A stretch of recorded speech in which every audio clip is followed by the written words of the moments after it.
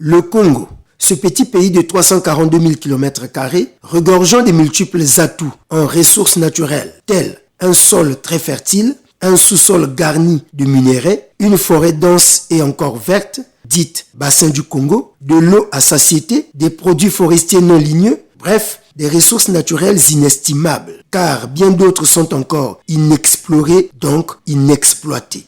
Une ressource humaine, principalement jeune, ses bras valides. De quoi dire, ouf, les atouts sont réunis pour développer la mère patrie. Hélas, un fléau est en train de gangréner justement le développement de la mère patrie, tel un virus qui a traversé les frontières et est devenu une pandémie que vous nous permettrez de dénommer corruption virus. Oui, le coronavirus Covid-19 est un virus dangereux, décime en une fraction de seconde de milliers de vies, d'où la lutte hautement acharnée des autorités de par le monde par le biais des mesures drastiques de restriction pour l'éradiquer.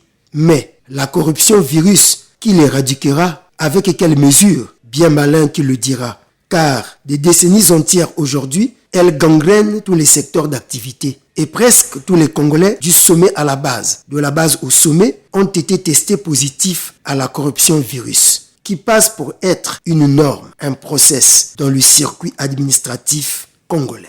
Au point qu'on peut huer sur vous si vous n'êtes pas dans la logique des pots de vin pour obtenir un marché, une pièce administrative, entendu, le permis de conduire, le passeport, la carte nationale d'identité, l'acte ou l'extrait de naissance, le certificat médical, la formalisation de son entreprise, une audience auprès d'une autorité, l'arrêté de recrutement dans la fonction publique, les documents cadastraux, la carte de résidence, bref, les positifs à la corruption virus obtiennent solution à leur situation et souvent bien plus rapidement que les négatifs à la corruption virus. Dommage. Mais qu'est-ce à dire la corruption virus? C'est un mot composé de deux mots, à savoir corruption et virus. La corruption en droit, c'est l'action de détourner quelqu'un de son devoir pour l'engager à faire quelque chose contre l'honneur, moyennant finance ou argent, ou altération de la substance d'une chose et la putréfaction qui en résulte.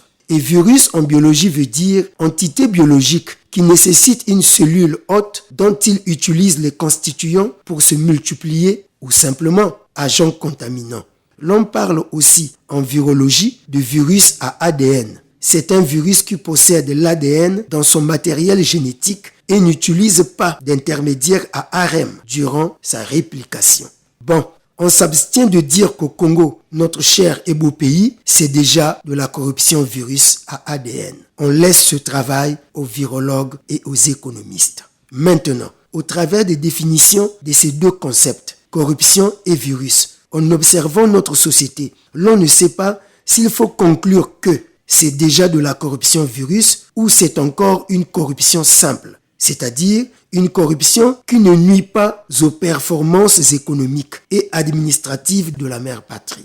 Et pour faire complet, il faudra qu'on vous dise qu'il existe deux formes de pratique et de propagation de la corruption virus. La corruption virus active, qui veut dire proposition d'un arrangement de corruption. Elle est faite par le corrupteur. Et la deuxième forme, c'est la corruption virus passive. C'est le fait d'accepter un arrangement de corruption. Ce dernier est appelé corrompu. Conformément aux normes qui régulent la vie, régies par des lois et règlements, le premier, c'est-à-dire le corrupteur, ne doit pas faire. Et le deuxième, donc le corrompu, ne doit pas accepter pour que vive le développement tous azimuts de la République. Bien malheureusement au Congo, il s'est créé une sorte de complicité nuisible entre les deux, le corrupteur et le corrompu. Tels deux sorciers qui ne veulent pas voir le pays aller de l'avant. Si bien que même les mesures de restriction pour barrer la voie à la corruption virus se soldent toutes en échec. Tenez, une commission anticorruption a existé dans ce pays sans que les deux patients vecteurs de la corruption virus ne s'inquiètent. Et le pouvoir exécutif a pensé que c'est peut-être dû à la simplicité du nom dont portait cette commission et des modalités du choix des acteurs qui l'animaient. Voilà qu'il va procéder au changement du nom simpliste, à ce jour dénommé Haute Autorité de lutte contre la corruption. Libre à chacun d'apprécier à sa juste valeur son travail jusqu'ici. Lutter contre le coronavirus Covid-19, c'est bien.